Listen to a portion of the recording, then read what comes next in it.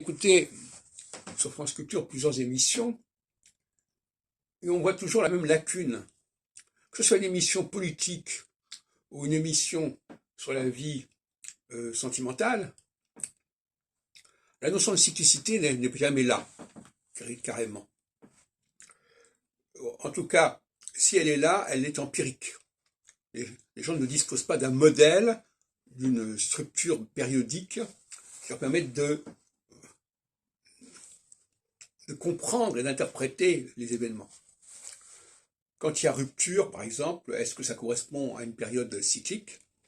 Certaines personnes le pensent, effectivement, au point que dans l'interview que j'ai entendue, on dit que parfois il y a des retours, il y a des choses qui reviennent, que c'est pas linéaire, mais en même temps, on n'a pas de clé. Les gens qui ne pratiquent pas mon astrologie n'ont pas de clé pour comprendre cette alternance des périodes, et pour se préparer à ces périodes, pour les comprendre, pour les dépasser éventuellement. Et dans le cas de crise politique, c'est le même problème. Par exemple, on est en train de parler actuellement sur France Culture à 11 h de ce qui se passe en Syrie, avec la réintégration en quelque sorte de la Syrie, de Bachar el-Assad, dans le concert de la Ligue arabe. Et il ne faut pas être surpris, parce que ce sont des phénomènes qui se produisent en phase équinoxiale. Et nous sommes en phase équinoxiale.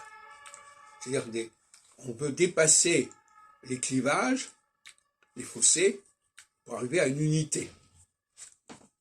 Et c'est comme en 1939, le pacte germano-soviétique.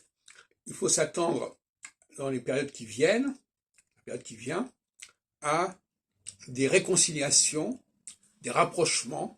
On en a déjà parlé, rapprochement Iran, Arabie Saoudite, etc. Vraiment. Il faut s'attendre à toutes sortes de rapprochements, à toutes sortes de niveaux.